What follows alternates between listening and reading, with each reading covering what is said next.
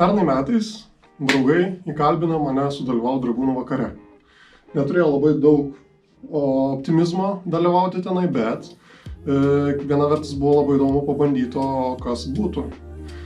Taigi nuvažiavau ten ir pabandėm. Rezultatas kaip ir viskas ok, bet kaip ir ne iki galo, dėl to, kad bet kokiu atveju, kad ir kaip bandžiau važiuoti, vis tiek nuvelia vieną ratą. O taip yra dėl to, kad pas mane dabar yra atviras diferencialas. Tai šitoje vietoje aiškus sprendimas būtų įdėti LSD.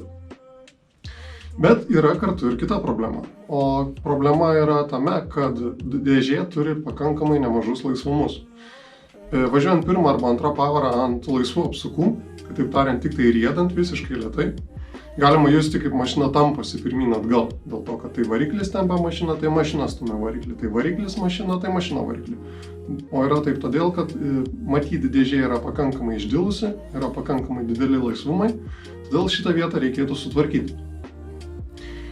Kadangi praktiškai yra jau kovo mėnuo, neužilgo bus galima išjudėti gatvę, o su dėžė aš nesu turėjęs kol kas jokių reikalų, nieko man su ja neteko daryti išskyrus plaut, tai nutariau nusipirkti papildomą dėžę, dar vieną, kol galia bus atsarginė, ir užuot ėmęs dėžę iš mašinos ir ją bandęs taisyti, pabandysiu tiesiog jau su atskira papildoma dėžė ją išsiardyti, nusiplaut, nusivalyti, galbūt nudažyti ir įdėti LSD ir pasižiūrėti, koks bus viso to rezultatas. Taigi, pasiėmiau dėžę, iš tikrųjų net ne vieną dėžę, o dvi, dėl to, kad žmogus turėjo dvi dėžės vienu metu ir sako, gal tu nori jų abiejų. Pagalvojau, ką, vieną ardydamas aišku sugadinsiu, kita bus gal ir jau pavykus. Aišku, čia daugiau turbūt juoko forma, nelabai čia kas yra kas sugadinama, bet kokiu atveju, kaip minėjau, nieko nesu su jom daręs, todėl nutariau geriau paimti papildomą. Tai va, skirtumai tarp dėžių yra pakankamai menki, bet vis tiek jie yra. Vienas yra nuo turbininio variklio 2.3, kitas yra nuo S80 Volvo atmosferikos. Abidvi yra M56 dėžės. Tik tai turbininės yra pirma, antra pavara šiek tiek ilgesnės, antra pavara galima siekti beveik 110 km/h, su atmosferiku galima siekti apie 90 km/h. Pabandysim tą, aišku, turbininę, taip kaip ir priklauso. Kodo ant jos neradau, tai teks pasitikėti iš tikrųjų užrašiukais, kad čia tikrai nuo turbų buvo ir yra M56H, o tuo tarpu čia jau užrašą radau. Čia aiškiai parašyta yra M56L, kas reiškia atmosferinė dėžė trumpesnė pirmą antrą pavarą. Ir matysim, kas iš to išeis. Laisvumai dėžių šiek tiek irgi yra, bet aš manau, kad jie yra šiek tiek mažesni nei anos. Dėl to, kad neseniai teko keisti sankabą, ten tas plakimasis jau buvo juntamas gerokai labiau. Tai va, tai planas toks. Imsim turbininę dėžę, 56. Ir ardysim. Plausim korpusą, galbūt nesmėliuosim turbūt, o su soda arba stiklo granuliam. Iš pradžių plausiu su chemija, šepečiais, grinai rankiniu būdu. Išimsim diferencialą, paruošim LSD dėjimui ir pasižiūrėsim, kas yra viduriuose. Gal ten reikia kažką tvarkyti, pasižiūrėsim sinchronizacinius žiedus, išdilę, neišdilę, aplamai krumpliaračių būseną ir matysim. Tai galim pradėti.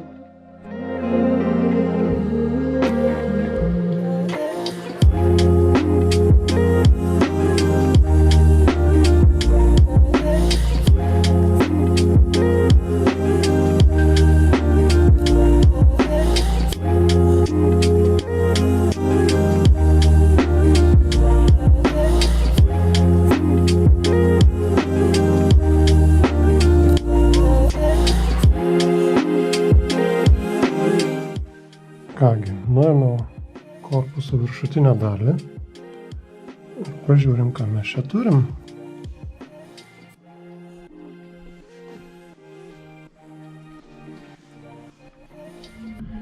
Aišku, nelabai kas dabar matysis, tol kol dar iki galo praktiškai pilnai ir surinkta.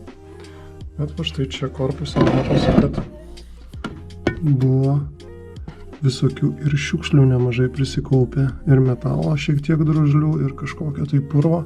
Tai reiks viską plaut, žiūrėti ir surinkinėti atgal. Dabar išimsim visus dėžės dantračius, va čia matosi šiukšlių ant ašies yra nemažai. Tokių visokių žvyro.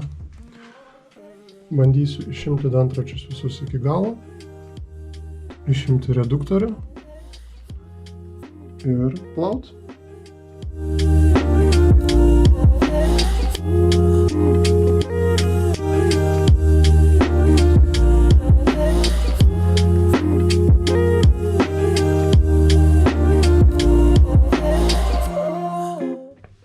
Išrinkau viską po dalį. Panašu, kad sinchronizatoriai yra neišdilę. Viskas yra tvarkoj.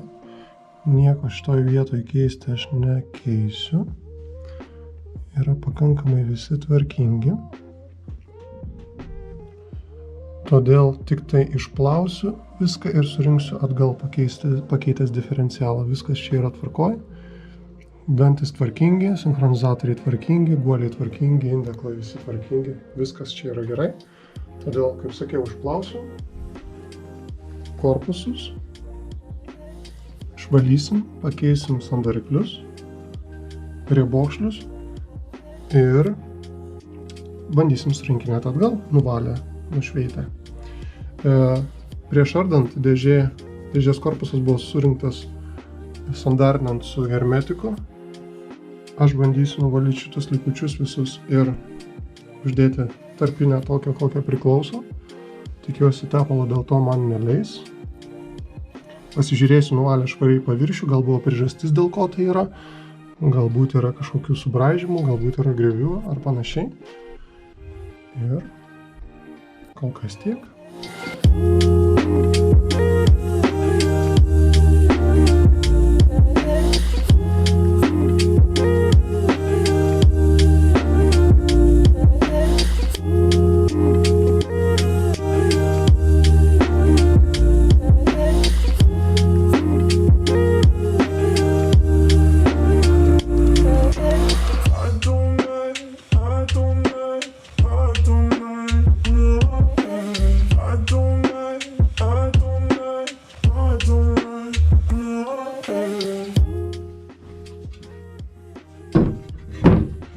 Štai, gavau nustikluotą dėžę.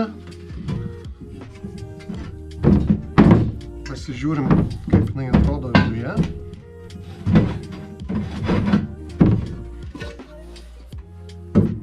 Štai, švaru, gražu, jokių oksidų, jokių nešvarumų. Dabar reikia išsipūsti likusias stiklo dulkes iš vidaus ir bus galima pradėti po truputį surinkinėti. Dabar yra šiokia tokia problema. Išorinius guolių obojmus, šitie žiedai, yra lygiai presuoti viduje. Aš norėčiau juos išimti ir pakeisti guolius, bet dabar nesu tikras, kaip man tą geriau ir padaryti. Įrankių specialių tam jokių aš neturiu, o norint pasimatuoti išorę bendrą aukštį, reiktų tuos žiedus išimti. Ir aplamai, norint guolius pakeisti, juos reikės išimti. Tai va dabar pabandysiu tą ir padaryti. Išsimti šitus išorinius žiedus, išsimti riebokšlius, kurie atrodo visiškai nepažįsti to stiklo dulkių. Bet jau jų geriau nenaudoti. Aš juos turiu nupirkęs naujus. Išimsim, pakeisim naujais ir tada, kaip sakiau, bandysim surinkinėti. Paskui planas yra toksai, kai aš išsiimsiu šitus žiedus, šitus riebokšlius, tada aš ją bandysiu nudažyti. Aišku, aš nusipirkau tam skirtų priemonių. Pasižiūrėsim, kaip jos gerai laikys. Iš esmės tikslas yra padengti iš pradžių gruntu, tada dažais ir tada skaidriu laku. Spalva yra praktiškai natūralaus aliuminio, ką radau artimiausio to paėmiau. Tai va, bandysim taip ir padaryti. Dabar su sandarinimu. Šitos briaunos, kurios tarpusavėje jungia abi detalės, vidinė ir išorinė, irgi yra nustikluotas. Dabar galvojau, galbūt jas reikia nušveisti, nulyginti popierium, kad jos būtų visiškai lygios kaip prieš tai, bet kita vertus pagalvojau, kadangi tarpinės nedėsiu, dėl to, kad guolių įvaržos yra jau sudėtos ir čia viskas buvo padaryta ant sandarintojo, tai aš padarysiu lygiai taip pat, kaip buvo, tepsiu sandarintoju ir uždėsiu. O kadangi šitas paviršius yra toks vos pašiauštas, tai aš manau, kad tas sandariklis dar geriau prie jo kibs. Taip, kad aš čia nieko šitam paviršiui nebedarysiu, pasižiūrėsiu, ar nėra aštrių kantų kažkur tai, galbūt įmušimų kokių po darbu ar kažko. Ir jeigu viskas tvarkoj, tiesiog užtepsiu sandarikliu ir surinksiu viską į krūvą. Išsiplausim dantračius, pabandysiu juos visus išsiardyti, pasižiūrėti sinchronizatorius iš vidaus, kaip atrodo, ir bandysim surinkinėti atgal. Tai pabandykim taip ir padaryti.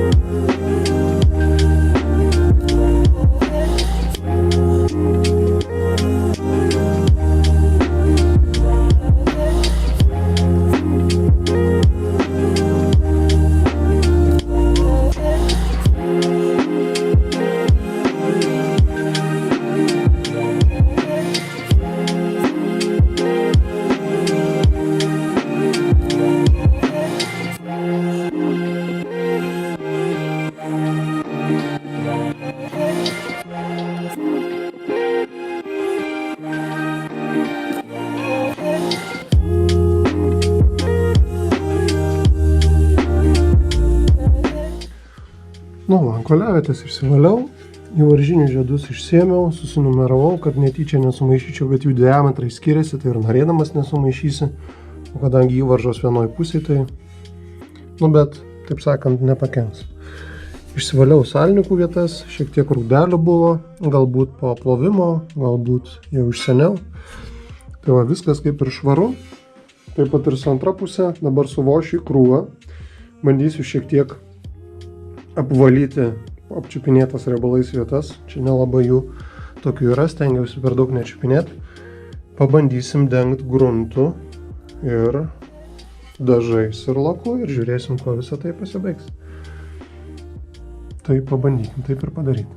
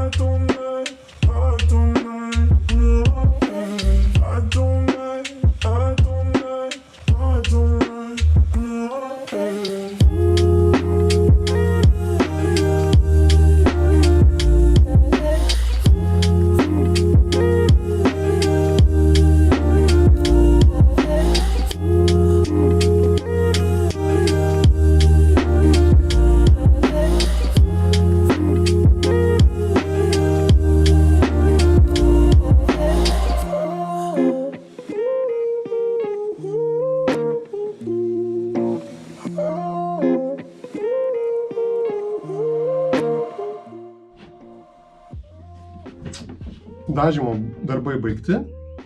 Pereisim prie surinkinėjimo.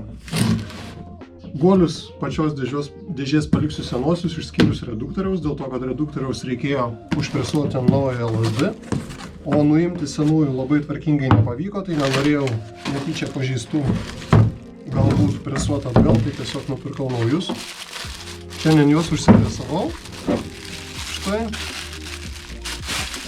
Ir dabar vienas, kitas. Ir dabar bandysim ką padaryti.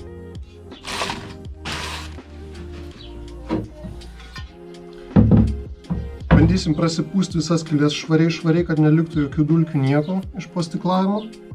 Tada susidėsiu išorinius guolio žiedus, susipresuosiu, susikalsiu. Kartu su įvarža.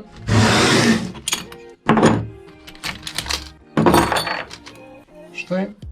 Su štai įvarža, kuri buvo originaliai. Ir ką aš pabandysiu padaryti, tai įdėsiu iš pradžių vien tik pliką reduktorių iš šitą korpusą su įvarža, sudėsiu abu du kevalus į krūvą, bandysiu suveržinėti ir žiūrėsiu, ar tie guoliai tikrai pakankamai susiveržia. Nors teoriškai guoliai turėtų būti tokie patys, bet jeigu nors dalis milimetro bus iki galo nesuspausta, turės laisvumą ir mano visas darbas bus veltui.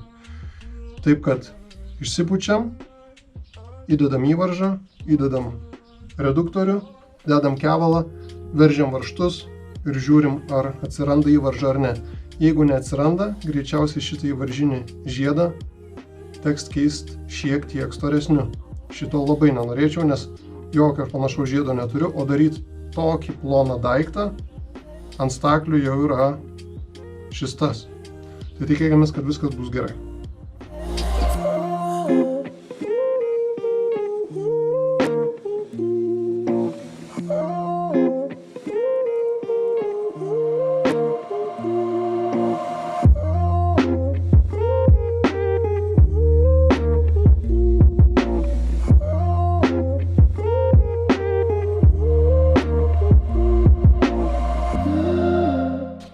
Suspaudžiau krūvą.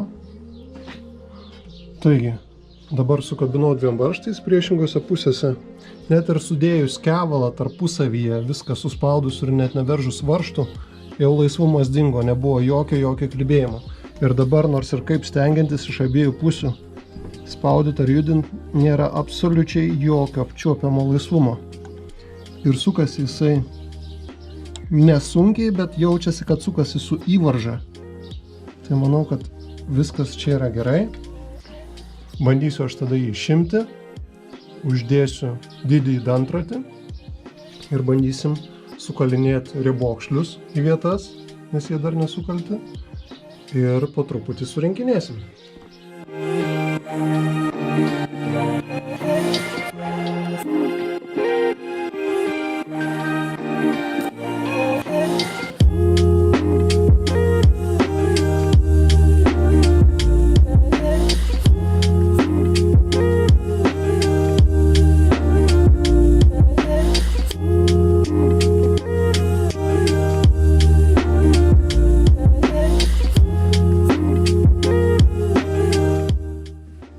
Kągi įdomioji dalis. Panašu, kad šitą diską teks šildyti, norint jį uždėti. Bent jau vienas iš manualų rašo, kad reiktų pakaitinti iki 100 laipsnių panašiai, uždėti ir tada pritempus daveržinėti. Tai nežinau, eisiu ieškoti keptuvės, kepsim smagrą.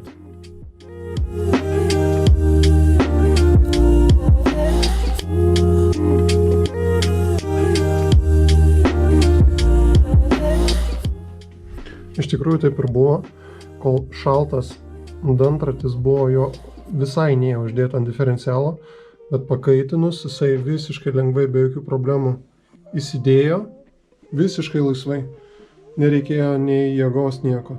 Taip kad sukabinau 4 varžtais ir viską puikiausiai suveržiau. Taip kad bandysim dėti į dėžę ir žiūrėti, kaip pavyks surinkti visą likusią dalį, dėl to, kad jeigu atvirai, tai jau pamiršau, kaip aš ten viską išardžiau ir dabar nebesu toks tikras, kaip reikės viską atgal sudėti, bet pabandysim.